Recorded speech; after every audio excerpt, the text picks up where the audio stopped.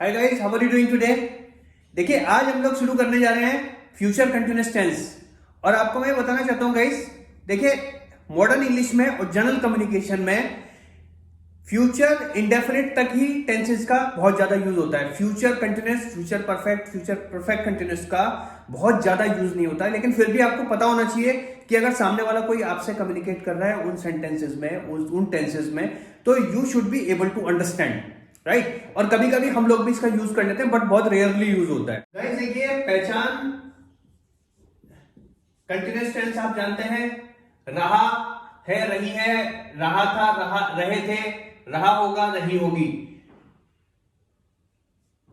ये पहचान होती है कंटिन्यूअस की। तो फ्यूचर है तो फ्यूचर में होगा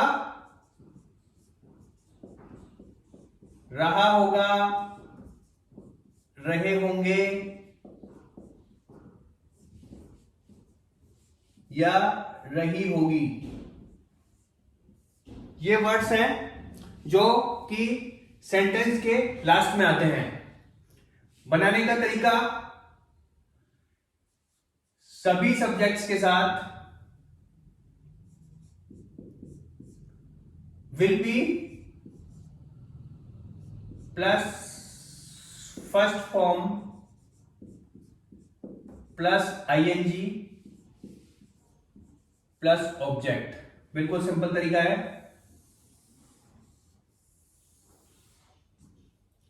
हम एक सेंटेंस ले लेते हैं।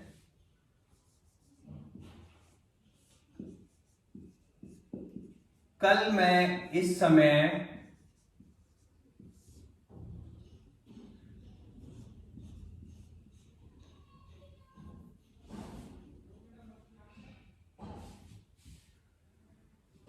यात्रा कर रहा हूंगा या ट्रेवल।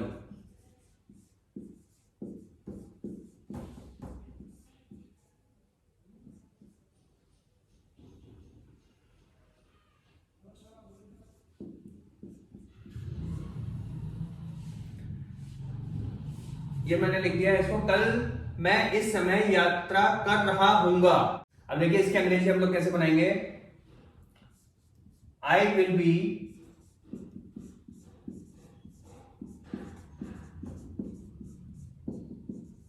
Travelling tomorrow. इस समय की अंग्रेजी होगी एट दिस टाइम, राइट। अगर सेंटेंस नेगेटिव है तो विल के बाद नॉट आ जाएगा। जैसे वह कुछ नया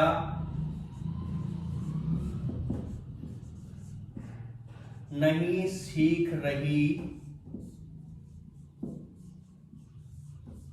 होगी। She will not be learning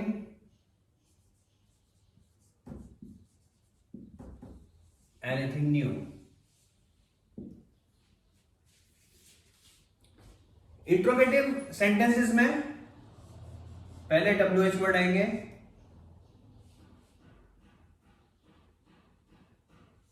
plus will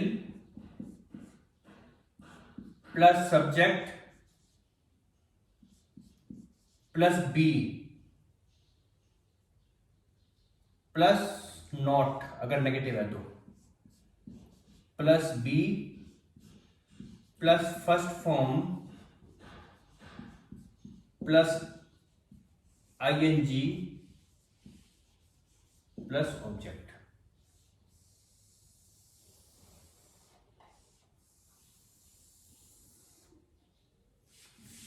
इसका हम लोग सेंटेंस ले लेते हैं।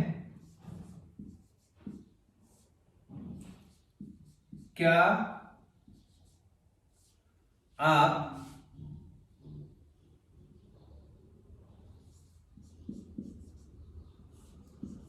शाम को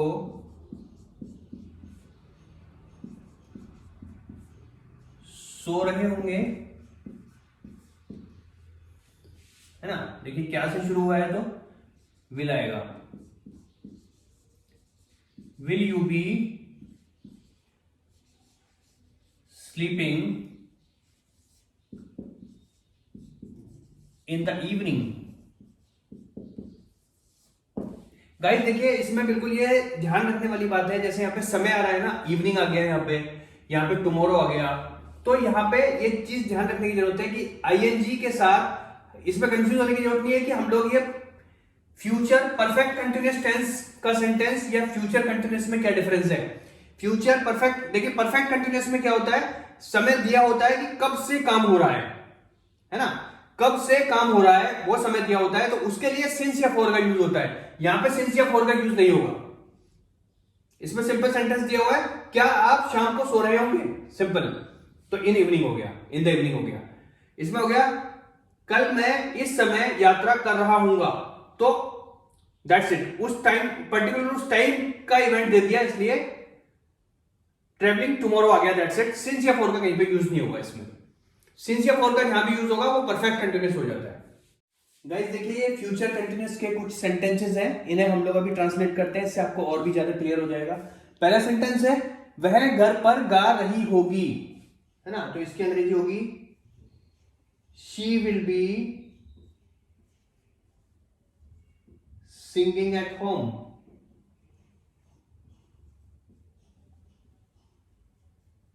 गाइस वीडियो को लास्ट तक देखिए, क्योंकि अभी मैं इसमें डबल सेंटेंसेस बनाने भी सिखाऊंगा, क्योंकि कई बार डबल सिचुएशंस भी आती है फ्यूचर कंटिन्यूअस टेंस में, तो डबल सिचुएशन में किस तरह से डबल सेंटेंसेस को बनाते हैं, वो थोड़े से इंपॉर्टेंट सेंटेंस होते हैं, उनका यूज थोड़ा ज्यादा होता है actually.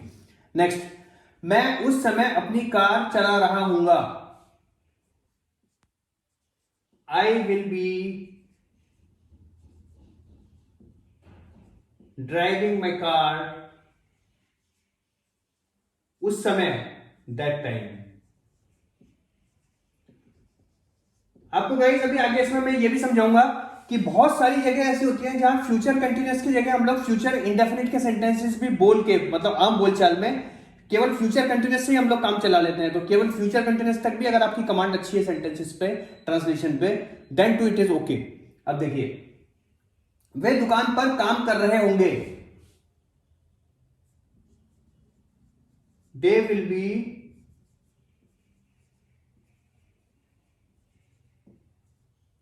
working at shop। Next, मैं शाम को 6 बजे ऑफिस से लौट रहा हूंगा, I will be returning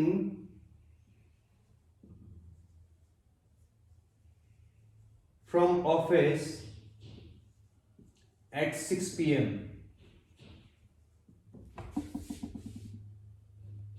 शाम को है ना, आई will B returning from office at 6 PM भी कर सकते हैं, या एट 6 इन इवनिंग भी कर सकते हैं, दोनों सही है। नेक्स्ट, वे इस समय अपने परिवार के साथ एंजॉय कर रहे होंगे, they will be enjoying with their family।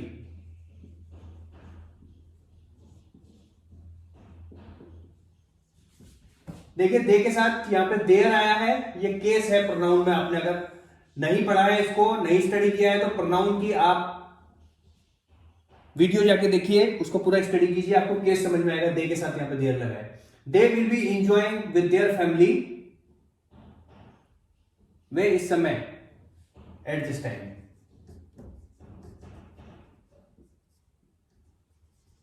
Guys अगर आप कंसिस्टेंसी के साथ एक एक चीजें समझ रहे हैं और उनको प्रैक्टिस कर रहे हैं, जब भी आप आगे ट्रांसलेशन बना पाएंगे और जब भी आप कम्युनिकेट भी कर पाएंगे। एक्चुअली जहां आपकी कंसिस्टेंसी ड्रॉप होती है बीच में, आप लूज करना शुरू कर जाते हैं और आपका इंटरेस्ट धीरे धीरे कम होने लगता है, और जैसे इंटरेस्ट कम होने लगेगा आपकी पकड़ ढीली होती चली जाएगी। तो लैंग्वेज को जब भी सीखना है, कंसिस्टेंसी बहुत इंपॉर्टेंट है। मैं आज रात बाहर जा रहा हूंगा, देखिए मैं आपको बताता हूं कि फ्यूचर कंटिन्यूअस को भी हम लोग यहां पे यूज कर सकते हैं। जैसे ये सेंटेंस है, मैं आज रात बाहर जा रहा हूंगा, अगर इस सेंटेंस को हम लोग एज इट इज बनाते हैं तो इसकी ट्रांसलेशन होगी I will be going out tonight, इसको टू नाइट भी लिख सकते हैं, टुडे एट नाइट भी लिख सकते हैं। अब देखिए इसको हम लोग फ्यूचर इंडेफिनिट में कैसे इसी सेंस को हम लोग एक्सप्रेस कर सकते हैं। उसका तरीका है I will go out tonight. अब देखिए ये सेंटेंस है फ्यूचर इंडेफिनिट टेंस का। इसका मतलब क्या है, I will go out tonight, मैं आज रात को बाहर जाऊंगा, है ना। और इसका मतलब क्या है, I will be going out tonight, मैं आज रात को बाहर जा रहा हूंगा, है ना। तो इन दोनों की सेंस सेम है, सेंस करीब करीब जैसे कम्युनिकेशन में सेंस हम निकालते हैं तो वो बिल्कुल सेम आइडेंटिकल है ऑलमोस्ट, है ना। लेकिन ये फ्यूचर कंटिन्यूअस टेंस का सेंटेंस है, ये फ्यूचर इंडेफिनिट का टेंस है। तो इस तरीके से हम लोग इसमें इनको एक्सचेंज भी कर सकते हैं। एक्चुअली एक्सचेंज केवल कम्युनिकेशन में कर सकते हैं। अगर राइटिंग में कहीं पे भी आपको कंपटीशन में कोई एग्जाम में आता है और आपको ये सेंटेंस लिखा होगा तो उसकी अंग्रेजी आप ऐसे ही बनानी होगी, आपको वहां पे सेंस नहीं चलेगी आपकी। अब देखिए नेक्स्ट, वह अपनी बहन के साथ खेल रही होगी, she will be playing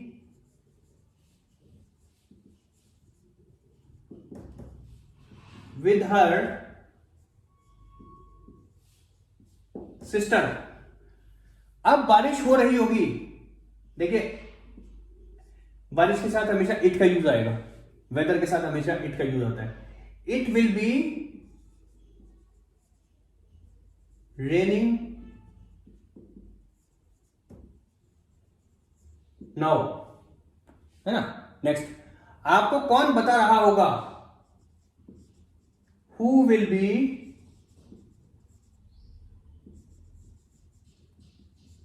telling you. अब इसको भी देखिए फ्यूचर इंडेफिनिट में कैसे बनाएंगे, हु विल टेल यू, है ना। Who will be telling you, तुम्हें कौन बता रहा होगा, हु विल टेल यू, तुम्हें कौन बताएगा।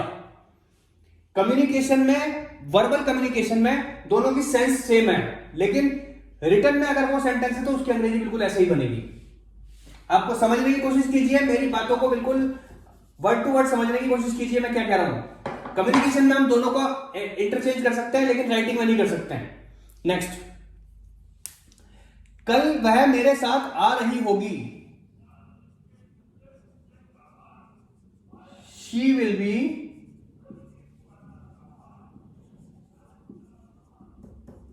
कमिंग विद मी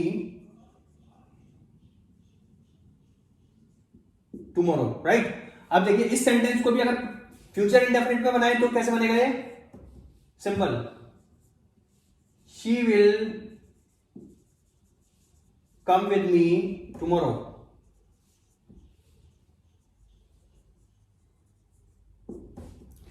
देखिए अगर आप इंग्लिश को बारीकी से सीखना चाहते हैं, और मैं आपको बताना चाहता हूं कि ट्रांसलेशन जो है ना वो बैकबोन होती है इंग्लिश की, अंग्रेजी की, इंग्लिश कम्युनिकेशन की बैकबोन है ट्रांसलेशन। अगर ट्रांसलेशन पे आपका अच्छा कमांड हो गया ना तो फिर बाकी जो सब कुछ रह जाता है, वोकैबुलरी, ग्रामर, ये सब आप बोलते बोलते सब कुछ सीख जाओगे। बैकबोन है ट्रांसलेशन।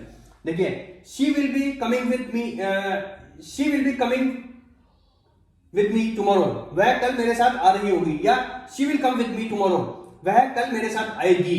दोनों का कम्युनिकेशन में, वर्बल कम्युनिकेशन में सेम सेंस है, लेकिन राइटिंग में दोनों अलग अलग बनेंगे बिकॉज दोनों का टेंस अलग अलग है।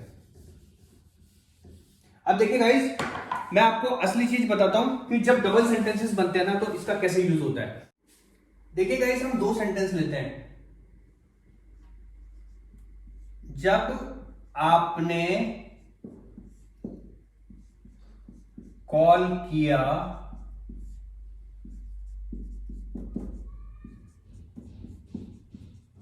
मैं सो रहा हूंगा, है ना। इस तरह के सेंटेंसेस हम लोग जनरली कम्युनिकेशन में यूज करते हैं। जब आपने कॉल किया, अब देखिए इसमें दो सेंटेंस आ गए। जब आपने कॉल किया मैं सो रहा हूंगा, तो मैं सो रहा हूंगा ये आ गया फ्यूचर कंटीन्यूअस टेंस। जब आपने कॉल किया, तो हमेशा ध्यान रखना है इस तरह का जो सेंटेंस आएगा ना, कभी भी आएगा, उसको हम लोग बनाएंगे present indefinite tense. Present indefinite plus future continuous tense. देखिए गाइस, जिस तरीके से मैं बारीकी से समझा रहा हूं ना आपको एक एक चीजें, आप और भी बहुत सारे वीडियोस देख सकते हैं, उसमें इतना क्लियरली आपको नहीं बताएंगे। बहुत सारे लोग केवल कॉपी पेस्ट ही कर रहे हैं। मैं किसी की बुराई नहीं करना चाहता हूं, बट मैं बताना चाहता हूं कि बहुत सारे केसेस में मैं देखता हूं, बहुत सारी वीडियोस बनी हुई है, आप उनको सबको डीपली अगर स्टडी करेंगे तो आपको समझ में आएगा। अब देखिए इसकी अंग्रेजी कैसे बनेगी। जब आपने कॉल किया मैं सो रहा हूंगा, तो हम इसको ऐसे बना सकते हैं, I will be sleeping when you call, है ना। अब देखिए यू कॉल कर दो या फिर यू कॉल मी कर दो, दोनों का एक ही सेंस है ना। यू कॉल मी ये हो गया present indefinite tense. When I will be sleeping when। अब हम इसको दूसरी तरीके से भी बना सकते हैं,